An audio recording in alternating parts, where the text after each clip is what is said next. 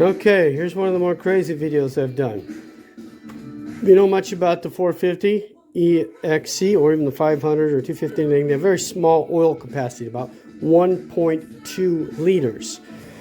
And if you want to use it for an adventure bike, and you don't want to change your oil every few hours, 15 hours, or 1,000 kilometers, whatever it comes out to, then you need to increase your oil capacity. And so for these side panels, this is the clutch cover. They make bigger ones, larger capacity ones that will hold a little bit more oil.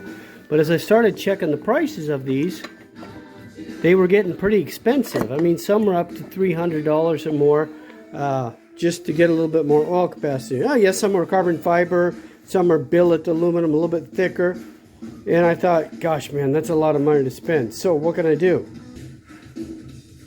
So I thought, hey, couldn't I make that myself? So I took the cover off and made a pattern in some aluminum. So what I'm basically doing right here is I'm making a spacer. This spacer is about 4 millimeters. So I'm just kind of trying it out. So I took my cover and I laid it on here and I drew a pattern. And so what I'll have to do is if I layer these up, one or two, I'll have to have gaskets in between each one of them, or silicone. And then just to bring that cover out a little bit. As I plan on doing, if I haven't already, a video on this clutch weight right here. It's an 11-ounce clutch weight, and it sticks out just a bit. It's supposed to be the limit of what you can do and not impact your cover. But if you look at this cover here, you can see it's just barely scraping on it. So not a big deal. It's, gosh, it's a couple thousandths or half a millimeter deep, so it's not a big deal. But if I put that spacer on there, then it'll bring that out as well. And if you buy this, normally there's a cover that comes with it that's a little bit bigger, but they didn't have one available when I bought this, and it was pretty expensive for the cover. So I just went with this, and they said, well, try it, see if it rubs. If it does, you'll have to space this out or something. And I think they may just sell spacers for this. I forget. I'll have to check on that. But so that's what I'm going for right now. I'm making a spacer to bring that out a little bit and to increase my oil capacity. Okay, a little messy on the bench, but I got my 2 inserts done. And I can choose to use one or both of those. I still haven't drilled them yet. So what I'll do is I'll take the cover, the clutch cover, and I'll lay it right on top. Should line up, and then I'll just drill the holes straight down through the cover. And should give me a good even drill. Okay, so here I have my little jig set up. I've got a couple pairs of vice grips holding this together. And you can see I've got my 2 spacers in there. Some of those little tabs fit out better than others. I might have to grind that one down a little bit. It's a little bit off, but basically it lines up. Now I'm going to drill them and put them here into my little drill press. And I'm going to go right down through the holes so they don't get them messed up. And they're clamped and everything here, so hopefully nothing will move. Okay, now you can see, got that one done, that one done, that one done. Look at them from the other side here. So I'm trying to film and hold my camera at the same time. Okay, got all everything set in there.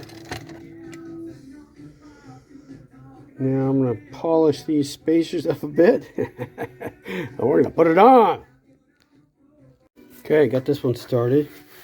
I'm just using my orbital stander here, DeWalt, to get that smoothed down there. Get holes, bits of paint off like you see on this one here.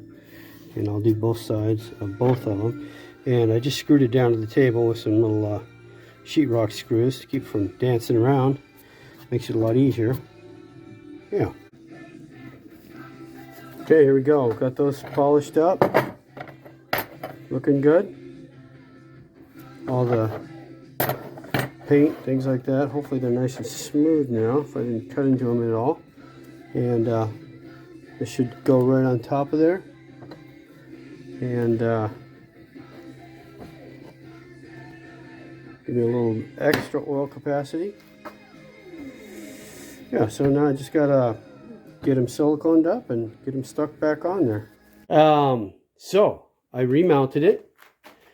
If you look real close right here, you can see, actually I've got my 2 pieces in there.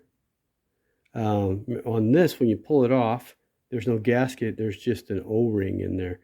And so left the O-ring in, but I did put a little bit of silicone on there. And then I just siliconed between the cover and the 2 gaskets, or spacers, I guess we call them there. And had a little trouble here, set kind of close, so I had to pull it off real quick and do a little grind there to make sure that was fitting okay. But I've got it loaded up now. It's on there, and it's not leaking so far. Okay, so you can see now the bike's just about level there, and the oil's just a little bit low. So, because I might have had it a little full before. So, well, that's the goal, is to be able to get more oil in there. And also, you know, the clutch weight was rubbing a little bit. So now I could actually put a bigger clutch weight on there if I wanted to. That's an 11 ounce. And I think they come up to 15 ounce. But actually, well, this works so good the way it is now. And so it is sticking out a little bit farther. So I was a little concerned about my brake pedal. Would I be able to get to that? But yeah, it seems actually just fine. And okay, so, well, that's done. It was a fun experiment. I guess I'll ride it for a while and see if I get any leaks. But so far, I ran it a little bit, warmed it up just a bit, and didn't get any leaks. Yeah, I'm happy with that. Put the extra oil in there now. Not seeing any leaks so far.